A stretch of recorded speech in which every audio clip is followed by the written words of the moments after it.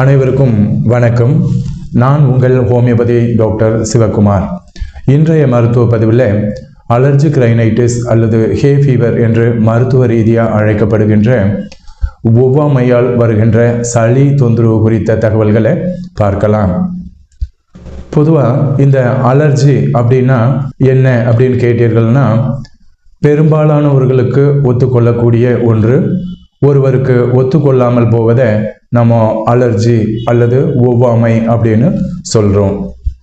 அதாவது நம் அனைவரின் உடலிலும் இம்யூன் சிஸ்டம் என்று மருத்துவ ரீதியாக அழைக்கப்படுகின்ற நோய் எதிர்ப்பு மண்டலம் அல்லது தற்காப்பு மண்டலம் செயல்படுதுங்க. இந்த நோய் எதிர்ப்பு மண்டலம் என்ன செய்யும் அப்படின்னு கேட்டீர்கள்னா, நமக்கு பொருந்தாததை அல்லது ஒத்துக்கொள்ளாததை எதிர்த்தும் செயல்படும். இந்த நோய் எதிர்ப்பு மண்டலம் நமக்கு ஒத்துக்கொள்ளாததை எதிர்த்து அதிக எதிர்வினையாற்றும் விளைவை நம்ம அலர்ஜி அப்படின்னு சொல்கிறோம். சுவாச மண்டலம் சார்ந்த அலர்ஜியை, அதாவது சளி தொந்தரவை நம்ம அலர்ஜிக் ரைனைட்டிஸ் அப்படின்னு சொல்கிறோம். இந்த அலர்ஜிக் ரைனைட்டிஸ் பெரும்பாலும் பெற்றோர்களுக்கு இருந்தால், அதிலும் குறிப்பாக அம்மாவுக்கு இருந்தால் பிள்ளைகளுக்கு வருவதற்கான வாய்ப்புகள் இருப்பதாகவும், மேலும் ஆஸ்மா அல்லது எக்ஸிமா என்ற தோல் நோய் உள்ளவர்களுக்கும் இது அதிக அளவில் காணப்படுவதாக சொல்லப்படுதுங்க. இந்த அலர்ஜி தொந்தரவு உள்ளவர்கள் தூசு, மகரந்தம் போன்ற மாசடைந்த காற்றை மூக்கின் வழியாகவோ அல்லது வாயின் வழியாகவோ சுவாசிக்கும் பொழுது அவர்களுடைய நோய் எதிர்ப்பு மண்டலம் அந்த தூசு, மகரந்தம் போன்றவைகளை வெளியேற்ற நிகழ்த்தும் விளைவுகளை நம்ம அலர்ஜிக் ரைனைட்டிஸ் அப்படின்னு சொல்கிறோம். இந்த அலர்ஜினால கண், மூக்கு, தொண்டை பகுதிகளில் உள்ள கோழை படலம் தடிப்பதால் அரிப்பு, சளி, தும்மல், கண்களில் நீர் வடிதல், மேலும் சரிவர சிகிச்சை மேற்கொள்ளாத போது காதடைப்பு, மூக்கடைப்பு, வாசனையை உணர முடியாமை, தொண்டையில் வலி, இருமல், அசதி, தலைவலி போன்ற அறிகுறிகளும் இந்த அலர்ஜிக் ரைனைட்டிஸ் தொந்தரவு உள்ளவர்களுக்கு தென்படும். இந்த தும்மல் வருவது நல்லதா கெட்டதா அப்படின்னு கேட்டீர்கள்னா, நோய் தொற்று நம் சுவாச பாதை வழியாக உட்செல்வதை தவிர்க்க ஏற்படும் தும்மல் நல்லது. ஒரு சிலருக்கு பருவநிலை மாற்றங்களின் போது குறிப்பிட்ட சில மாதங்களில் மட்டும் இந்த அறிகுறிகள் தென்படும். மற்றும் பலருக்கு ஆண்டு முழுவதும் கூட இந்த அறிகுறிகள் தென்பட வாய்ப்பு இருக்கு.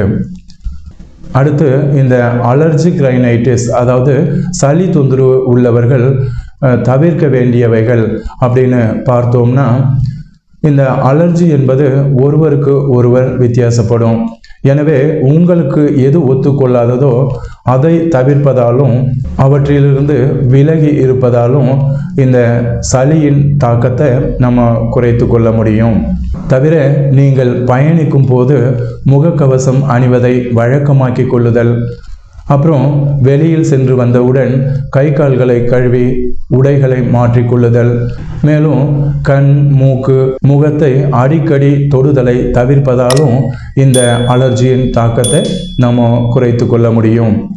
இரண்டாவதாக, நம்ம சுற்றுப்புறத்தை எப்படி வைத்து கொள்ளலாம் அப்படின்னு கேட்டீர்கள்னா, வீட்டில் தூசு மற்றும் பூச்சிகள் சேராமல் பார்த்து கொள்ளுதல், தலையணை, போர்வை, துணிகளை தூய்மையாக வைத்து கொள்ளுதல், அப்புறம் இந்த வேக்யூம் கிளீனர் அல்லது ஏசியில் உள்ள ஃபில்டர்களை முறையான இடைவெளியில் மாற்றிக்கொள்வதாலும் இந்த அலர்ஜியின் தாக்கத்தை நம்ம குறைத்து கொள்ள முடியும். மேலும் வீட்டில் வளர்ப்பு பிராணிகள் வைத்திருந்தால் அவற்றை முறையாக பராமரித்து அவைகளிடமிருந்து உங்களுக்கு நோய் தொற்று வராமல் பார்த்து கொள்வதன் வாயிலாக உங்களுக்கு இந்த அலர்ஜியினால் ஏற்படக்கூடிய சளி தொந்தரவை தவிர்க்க முடியுங்க. இந்த அலர்ஜியினால் ஏற்படக்கூடிய சளி தொந்தரவு உள்ளவர்கள் முறையான சிகிச்சை மேற்கொள்ளாத போது காதுகளில் நோய் தொற்று, சைனஸ் தொந்தரவு, அப்புறம் அடிநாய்ட், நேசல் பாலிப் போன்ற நோய்களும் ஏற்பட வாய்ப்பு இருக்கு.